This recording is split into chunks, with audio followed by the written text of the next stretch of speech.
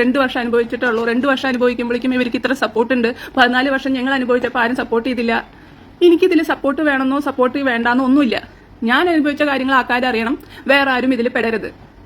എനിക്ക് ഈ സപ്പോർട്ടിന്റെ കണക്കൊന്നും പറഞ്ഞിട്ട് ഇന്നെ ഇടിയാക്കാൻ നോക്കണ്ട. ഇപ്പോ 10 പേരെ സപ്പോർട്ട് ചെയ്യണേച്ചാൽ 10 പേര് സപ്പോർട്ട്, 5 പേരെ സപ്പോർട്ട് ചെയ്യണേച്ചാൽ 5 പേര് സപ്പോർട്ട്. അല്ലെങ്കിൽ ഞാനും സപ്പോർട്ട് ചെയ്തിട്ടില്ലെങ്കിൽ ഞാൻ ഈ FB ഉള്ള കാലത്തോളം ഞാൻ ഈ FBയിൽ ഞാൻ പറഞ്ഞുകൊണ്ടിരിക്കും. ഇന്നെ പോലീസ് സ്റ്റേഷനിൽ പിടിച്ചിടുന്ന കാലത്തോളം എനിക്ക് പറ്റാവുന്ന രീതിയിൽ ഞാൻ പ്രതികരിക്കും. ഇതിൽ 5 ദിവസം വൈകി 4 ദിവസം വൈകി ഇതൊക്കെ ആരെ പറയണേന്ന് ആലോചിക്കുമ്പോൾ എനിക്ക് അതിനെക്കാണ്ടും കോമഡി തോന്നണേ. ഇത്ര കാലം ഒന്നും ആരോടും മിണ്ടാണ്ടിരുന്നിട്ട് ഇപ്പോൾ ഇന്ന കുറ്റം പറയാൻ വന്നുകൊണ്ടിരിക്കുന്നു. എന്നിട്ട് കമ്പാരിസൺ നടത്തുന്നു. ഇതൊക്കെ എന്ത് കമ്പാരിസനാണ്? ഓക്കെ, ന്യായം പുറത്തു വരുന്നു, നീതി പുറത്തു വരുന്നു എന്ന് ഒരു വിക്ടിമ് വേറെ വിക്ടിമിനെ കാണുമ്പോൾ സന്തോഷമാണ് വരേണ്ടത്.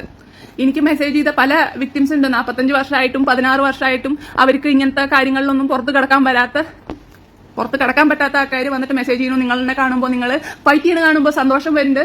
നിങ്ങൾ ഇതിൽ ജയിച്ചു വരണം, അതാണ് ഞങ്ങളുടെ ആഗ്രഹം. ഞങ്ങൾക്ക് ഞങ്ങളുടെ നീതി നിങ്ങളിൽ കൂടെ കിട്ടണു, ഞങ്ങൾക്കുള്ള ഇൻസ്പിറേഷനാന്നൊക്കെ പറയുമ്പോൾ ഒരു സന്തോഷമുണ്ട്. അല്ലാണ്ട് ജീവൻ കളഞ്ഞിട്ടുണ്ടാക്കിയിട്ട് എനിക്കിതൊന്നും കിട്ടാൻ പോകുന്നില്ല.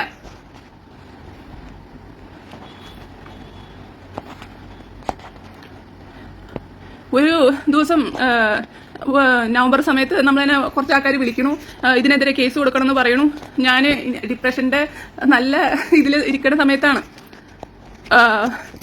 നമ്മൾ ICUവിൽ കിടക്കണു. അത് കഴിഞ്ഞ് അപ്പോഴും കണ്ടിന്യൂസ് കോൾ ചെയ്തുകൊണ്ടിരിക്കുന്നു. അത് കഴിഞ്ഞ് നമുക്കൊരു ബൈസ്റ്റാൻഡർ പോലും ഇല്ലാണ്ട് ഗുജറാത്ത് അഡ്മിറ്റ് ആയിട്ട് കിടക്കുന്ന സമയത്ത് ഇവർ കണ്ടിന്യൂസ്ലി വിളി കേസ് കൊടുക്ക്. ഞാൻ പറഞ്ഞു എനിക്ക് പേടിയാണ്, എനിക്ക് ഓൾറെഡി ഞാൻ സ്ട്രെസ്സിലാണ്, എനിക്ക് ഈ സ്ട്രെസ്സും കൂടി എടുക്കാൻ വയ്യ. അപ്പോൾ പാരന്റ്സ് അപ്പോൾ വരുന്നുള്ളൂ. എനിക്കവിടെ ഗുജറാത്തിൽ ഇപ്പോൾ നമുക്ക് ബൈസ്റ്റാൻഡർ ആയിട്ട് നിൽക്കാൻ ഓൾറെഡി എല്ലാവരും PG ചെയ്യുന്ന ആൾക്കാരാണ്. എല്ലാവർക്കും ഹെക്ടിക് ഷെഡ്യൂളാണ്. 36 മണിക്കൂറൊക്കെയാണ് ഡ്യൂട്ടി ടൈമിങ് വരുന്നത്. അപ്പോൾ പാരന്റ്സ് ഫ്ലൈറ്റ് എടുത്തിട്ട് വരുന്നുള്ളൂ. അപ്പോൾ അവർ വരുന്നതിന് മുമ്പ് നമുക്ക് ഇതിൽ തീരുമാനം ഉണ്ടാക്കണം, അങ്ങനെ ഉണ്ടാക്കണം. ഞാൻ പറഞ്ഞു എനിക്ക് സ്ട്രെസ്സാണ് ഇതിൽ. അന്ന് ഞാൻ അവരുടെ കരച്ചിൽ കണ്ടിട്ട് എൻ്റെ ലൈഫിൽ അനുഭവിച്ച കാര്യങ്ങളൊക്കെ ഞാൻ അവരോട് കുറച്ചൊക്കെ ഷെയർ ചെയ്തായിരുന്നു. ഞാൻ അപ്പോൾ പറഞ്ഞു ഇതൊന്നും റെക്കോർഡ് ചെയ്യരുത്, എനിക്കിത് ആരായിട്ടും ഷെയർ ചെയ്യാൻ ഇഷ്ടമല്ല. അന്ന് എനിക്ക് പേടിയായിരുന്നു.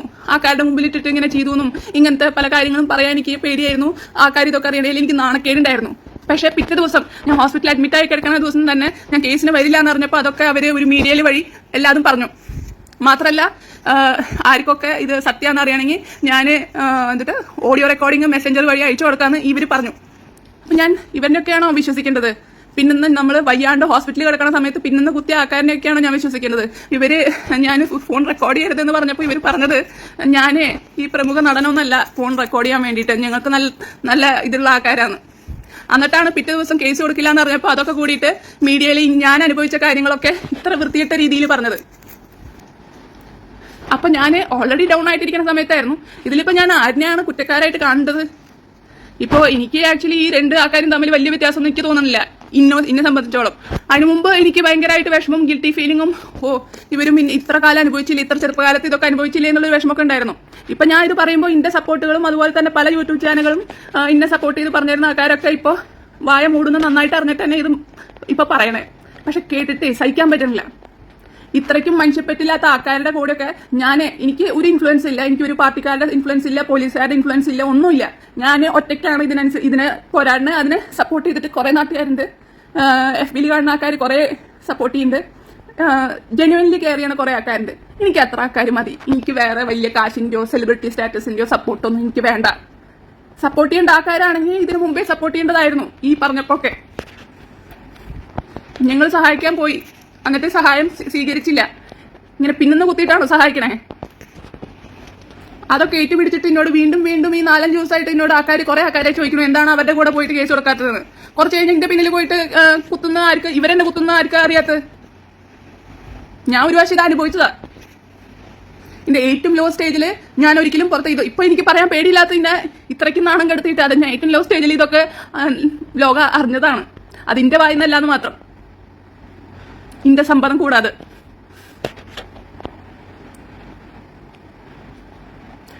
ഇപ്പോഴും പറയണു ഞാൻ ഇന്റെ രീതിയിൽ എനിക്ക് ചെയ്യാൻ പറ്റുന്ന മാക്സിമം ചെയ്യും. അതിലെനിക്ക് ചാവാനും പേടിയില്ല, അതുപോലെ തന്നെ പോലീസ് സ്റ്റേഷനിൽ കിടക്കാനും പേടിയില്ല. വിശ്വസിക്കുന്ന ആൾക്കാർ വിശ്വസിച്ചാൽ മതി, സപ്പോർട്ട് ചെയ്യുന്ന ആൾക്കാർ സപ്പോർട്ട് ചെയ്താൽ മതി. ഇന്റെ കാര്യം പറഞ്ഞിട്ട് ഒരാളും പേടിച്ചിട്ട് ഇതൊന്നും ചെയ്യേണ്ട കാര്യമില്ല. എനിക്ക് ആക്ച്വലി കേസ് കൊടുത്തിട്ട് എനിക്ക് ഇത് പോലീസ് സ്റ്റേഷനിൽ കയറ്റിയിട്ട് ഉണ്ടാക്കണമെന്നൊന്നും എനിക്ക് വലിയ ആഗ്രഹം. അങ്ങനെ ഞാൻ കേസ് കൊടുത്തപ്പോൾ തന്നെ ഇതിനൊക്കെ നീതി കിട്ടുമെന്നും വിചാരിച്ചിട്ടില്ല. പക്ഷെ ഞാൻ വിചാരിച്ച ഒറ്റ കാര്യം, ഇനിയും ഇന്നെ പോലത്തെ ആൾക്കാർ ഒന്നും അറിയാണ്ട് അതിൽ പോയി പെടരുതെന്ന് മാത്രം ഞാൻ ആഗ്രഹിച്ചിട്ടുള്ളൂ. അതുകൊണ്ട് തന്നെയാണ് ആദ്യം വീഡിയോ ചെയ്തത്. അതിന്റെ റിസ്കുകളും ഇങ്ങനെ തരത്തിൽ കേസ് വരുന്നു നന്നായിട്ട് അറിഞ്ഞിട്ട് തന്നെയാണ് ഇതൊക്കെ ചെയ്തിട്ടുള്ളത്. കേസിനെക്കാളും കൂടുതൽ നാളെ വന്നിട്ട് വീട്ടിൽ കയറിയിട്ട് വെട്ടുനടക്കം അറിയാവുന്ന കാര്യമാണ്. കാരണം പലതരത്തിലുള്ളത് ഞാൻ അവിടെ നിന്നിട്ട് കണ്ടും കേട്ടിട്ടുള്ള ആൾക്കാർ, അതിനുള്ള അനുസരിച്ചിട്ടുള്ള ആൾക്കാരൊപ്പം ഇപ്പോഴും വീഡിയോയില് പുള്ളി കമ്മീഷൻ ഓഫീസിലും മറ്റേലൊക്കെ നടക്കുമ്പോൾ ഒപ്പം നടക്കണ പല ആൾക്കാർക്കും എന്തൊക്കെ ബന്ധങ്ങളുണ്ടെന്ന് നന്നായിട്ട് അറിയണ ആൾ തന്നെയാണ് ഞാൻ പറയണേ. അത് അറിഞ്ഞിട്ട് തന്നെയാണ് പറയണേ. ഈ സപ്പോർട്ട് ചെയ്തില്ലെങ്കിൽ ഈ ഉപദ്രവിക്കാണ്ടിരുന്ന ഭയങ്കര സമാധാനം. ഓക്കെ, ഉപദ്രവിക്കണമെങ്കിൽ ഉപദ്രവിച്ചു, ഇനിയിപ്പോ അതിനും കുഴപ്പമൊന്നുമില്ല. പക്ഷെ സപ്പോർട്ട് ചെയ്യാന്നുള്ള രീതിയിൽ ഉപദ്രവിക്കണതൊന്നും നിർത്തിയ കുറച്ച് സമാധാനമുണ്ട്. ജനുവലി കൺസേൺഡ് ആയിട്ടുള്ള കുറച്ച് ആൾക്കാരുണ്ട്, അവര് മതിക്ക്. അല്ലാണ്ട് വലിയ കാശും ഇൻഫ്ലുവൻസും ഉള്ള ഇതൊന്നും വേണ്ട. ഇതിന്റെ ഇടയിൽ നമ്മൾ വക്കീലിനെ കാണാൻ പോണോ, അവിടെ കാണാൻ പോണോ, എത്ര സ്ഥലത്തുനിന്ന് നമ്മളതിനെ ചതിക്കണേന്ന് അറിയും. അത് ഓരോരുത്തരുടെ ആൾക്കാര്. നമുക്കൊരു ജെനുവൻ ആയിട്ടുള്ള ഒരാളുടെ സപ്പോർട്ട് കിട്ടാൻ ഭയങ്കര ബുദ്ധിമുട്ടാണ്. അത് കിട്ടാൻ വേണ്ടിയിട്ടാണ് ഈ 4-5 ദിവസം കിടന്ന് കളിച്ചേർന്നത്. അപ്പോഴേക്കും തുടങ്ങി ജെന്യൂനിറ്റി ഉണ്ടോ, ക്രെഡിബിലിറ്റി ഉണ്ടോ, നമ്മളൊക്കെ ആരാ ഈ യൂട്യൂബ് ചാനലിൽ ഇത് റിയാക്ട് ചെയ്തിട്ട്. അങ്ങനെ ബുദ്ധിമുട്ടും വിഷമവും അതുപോലെ ഡൗട്ടുള്ള ആൾക്കാർ ഇതൊന്നും ചെയ്യരുത്.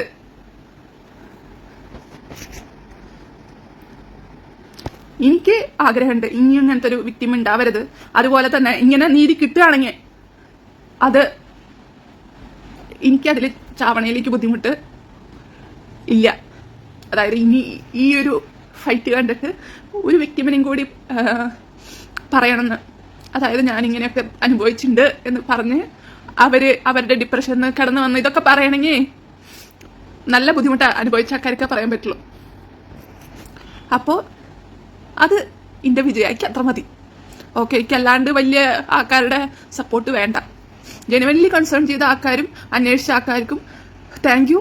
എനിക്ക് ഇതുവരെ കുഴപ്പമൊന്നുമില്ല. പക്ഷെ ഇങ്ങനത്തെ പല സംഭവങ്ങളൊക്കെ നടക്കുന്നുണ്ട്. അത് ഭീഷണിയാണോ, ത്രെട്ടാണോ, അല്ലെങ്കിൽ ബോധമില്ലാണ്ട് വണ്ടിയിലൊക്കെ വന്നിട്ട് ഇരിക്കുന്നതാണോ, അതൊന്നും എനിക്കറിയില്ല. അതുപോലെ തന്നെ ഇങ്ങനെ ഇടയിൽ കയറിയിട്ട് കളിക്കണ കുറെ ആൾക്കാരുണ്ട്. ഞാൻ ഒറ്റയ്ക്ക് നിന്നിട്ടാണ് ഫൈറ്റ് ചെയ്യണത്. ഓക്കെ, എനിക്ക് ആരുടെയും ആവശ്യമില്ല. പിന്നെ ചില ആൾക്കാരുടെ ഒക്കെ സപ്പോർട്ട് നമ്മൾ, അതായത് പല വിഷയത്തിനെയും പറ്റിയിട്ടൊക്കെ ചർച്ച ചെയ്യുന്നുണ്ടല്ലോ. അപ്പൊ ഇങ്ങനത്തെ കാര്യങ്ങളൊക്കെ ചർച്ച ചെയ്യുമെന്ന് നമ്മൾ വിശ്വസിച്ച സമയമൊക്കെ ഉണ്ടായിരുന്നു. ഇപ്പൊ എനിക്ക് അങ്ങനത്തെ വിശ്വാസവും ഇല്ല. ചെയ്തിട്ടുണ്ടായിരുന്നില്ല. കുറെ ആൾക്കാരുടെ കമന്റ് കണ്ടിട്ടുണ്ടായിരുന്നു. അതുപോലെ തന്നെ ചില മെസ്സേജുകൾ കണ്ടിട്ടുണ്ടായിരുന്നു, സേഫ് ആണോ എന്ന് ചോദിച്ചിട്ട്. ഞാൻ കമന്റുകളിൽ പിന്നീട് സേഫ് ആണ് എന്നൊക്കെ പറഞ്ഞ് സേഫ് ടിൽ നൗ അത്രേ പറയാൻ പറ്റുള്ളൂ. അടുത്ത് ഇത് എന്താ സംഭവിക്കുന്നതെന്ന് പറയാൻ പറ്റില്ല. സോ സേഫ് ടിൽ നൗ എന്ന് ഞാൻ പറഞ്ഞിട്ടുണ്ടായിരുന്നു. വീഡിയോ ചെയ്യാനുള്ളൊരു മാനസിക സ്ഥിതിയിലായിരുന്നില്ല. ഭയങ്കരമായിട്ടുള്ള വിഷമം, പേടി, അതുപോലെ തന്നെ ഞാൻ മാത്രമല്ല ഇതിൽ എഫക്റ്റഡ് ആവണേ, അതുപോലെ പല ഭീഷണികൾ. അപ്പോൾ എനിക്ക് തന്നെ കുറേ ക്വസ്റ്റ്യൻ മാർക്കുകൾ വന്നു. ഞാൻ കാരണം കുറേ ആൾക്കാരുടെ ലൈഫിനെ വരെ ത്രെട്ട് വരുന്ന ഒരു കണ്ടീഷൻ കണ്ടു. എന്നിട്ടും ആർക്കും ഒന്നും പ്രതികരിക്കാനില്ല. ഇപ്പോഴും ആൾക്കാർ ചോദിക്കുന്നത് ഞാൻ എന്താ കേസ് കൊടുക്കാത്ത. കേസ് കൊടുത്ത ആൾക്കാരുണ്ടല്ലോ, തോക്കായിട്ട് ഭീഷണിപ്പെടുത്തിയിട്ടുള്ള കേസുണ്ട്. വീണ്ടും എൻ്റെ ലൈഫിനെ പോയിട്ട് അപ്പോഴൊക്കെ അവർക്ക് ഭയങ്കര മോശമായിട്ടുള്ള റെസ്പോൺസാണ് കിട്ടണത്. അതൊക്കെ നിങ്ങൾ വീഡിയോയിൽ കാണുന്നുണ്ട്. ഒന്നിനെയും ഒരു പരിഹാരമായിട്ടില്ല. അങ്ങനത്തെ കേസൊക്കെ അതുപോലെ പോകുന്നുണ്ട്. പിന്നെ ഇന്ന് ഇപ്പോൾ വണ്ടിയിൽ വരണ സമയത്ത് അത് ഇതിനായിട്ട് ബന്ധമുണ്ടോ ബന്ധമല്ലേ എന്നൊന്നും അറിയില്ല, ഞങ്ങളുടെ കാറിൽ വന്നിട്ട് ഇടിച്ചു. ഒരു തവണ ഇടിച്ചാൽ അറിയാണ്ട് ഇടിച്ചു എന്ന് വിചാരിക്കാം. അയാളോട് സംസാരിച്ചുകൊണ്ടിരിക്കുമ്പോൾ വീണ്ടും വന്നിടിച്ചു. വീണ്ടും അയാൾ 3ാമത്തെ തവണ ഇടിച്ചു. പക്ഷെ ഇടിക്കുന്നത് ക്ലോസ് റേഞ്ചിലായ കാരണം മാത്രമല്ല, അതൊരു ചെറിയ വണ്ടിയായ കാരണം മാത്രമല്ല, അയാളുടെ ബമ്പർ വന്നിട്ട് ഞങ്ങളുടെ ടയറിന്റെ മുകളിൽ ഇടിക്കുന്ന കാരണം ഞങ്ങളുടെ വണ്ടിക്ക് വലിയ എഫക്റ്റ് ഒന്നും ഉണ്ടായിട്ടില്ല. പക്ഷേ ഒന്നെങ്കിൽ അയാൾ തീരെ ബോധമില്ലാണ്ട് ആണോ ഓടിക്കണേ, അല്ലെങ്കിൽ അതൊരു ഭീഷണിയായിട്ട് തന്നെയാണ് എനിക്ക് തോന്നുന്നത്. അതൊക്കെയറിയില്ല. ഞാൻ എന്തായാലും അറിയുന്ന ഇൻഫർമേഷൻസ് പറഞ്ഞു എന്നുള്ളൂ. ഇങ്ങനെയൊക്കെ സംഭവങ്ങൾ ഇതിൻ്റെ ഇടയിൽ നടക്കുന്നുണ്ട്. അത് ഭീഷണിയാണോ, അതോ ഇത്രയും വണ്ടി ഓടിക്കാൻ അറിയാത്ത ആളാണോ വണ്ടി ഓടിക്കണേന്നൊക്കെ. അല്ലാണ്ട് അങ്ങനെ 3 തവണ അത്രയ്ക്കും സിമ്പിളായിട്ടുള്ളൊരു സ്ഥലത്തിൽ പോയിട്ടിരിക്കേണ്ട കാര്യമില്ല. ആദ്യത്തെ തവണ ഓക്കെ കെയർലെസ്നെസ്സിൽ വന്ന് ഇടിച്ചു എന്നൊക്കെ വിചാരിക്കാം. ഓക്കെ, അപ്പം അത് പറഞ്ഞു തരുന്നു.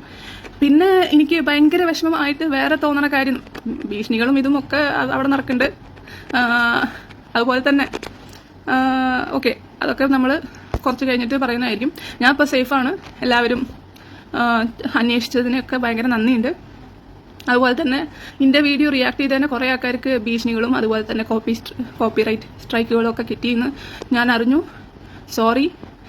ഹെൽപ്പ് ചെയ്യാൻ നിന്നിട്ട് നിങ്ങൾക്ക് ഇങ്ങനെ വന്നതിൽ ഭയങ്കര ഒരു സോറി പറയണമെന്ന് എനിക്ക് തോന്നി. പിന്നെ ചില ആൾക്കാരൊക്കെ അത് ചെയ്യുമ്പോഴേക്കും നമുക്ക് എതിരായി തിരിയുകയും അതുപോലെ തന്നെ എൻ്റെ ക്രെഡിബിലിറ്റി അതുപോലെ തന്നെ എൻ്റെ മൊറാലിറ്റി അങ്ങനത്തെ കുറേ താരത്തിന് ക്വസ്റ്റ്യൻ ചെയ്തിട്ടുള്ള കുറേ വീഡിയോകളൊക്കെ കണ്ടു.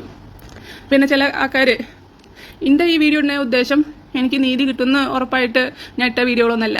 ഞാൻ ഈ വീഡിയോ ചെയ്യുമ്പോൾ ഇതിലുള്ള ഉദ്ദേശം ഞാൻ ചത്താലും എനിക്ക് നടന്ന കാര്യങ്ങൾ അതുപോലെ തന്നെ എനിക്ക് അറിയുന്ന കാര്യങ്ങൾ കുറേ ഒഫൻസുകൾ ക്രിമിനൽ സാധനങ്ങൾ ഞാൻ എൻ്റെ മുമ്പിൽ വെച്ച് നടന്നതും അതുപോലെ ചെയ്യാൻ പ്ലാൻ ഇട്ടതും അതുപോലെ തന്നെ പല ആൾക്കാരെ ചതിച്ച കാര്യങ്ങൾ ഞാൻ കണ്ടിട്ടും കേട്ടിട്ടും ഉള്ള കാര്യങ്ങൾ എല്ലാവരെയും അറിയിക്കണം.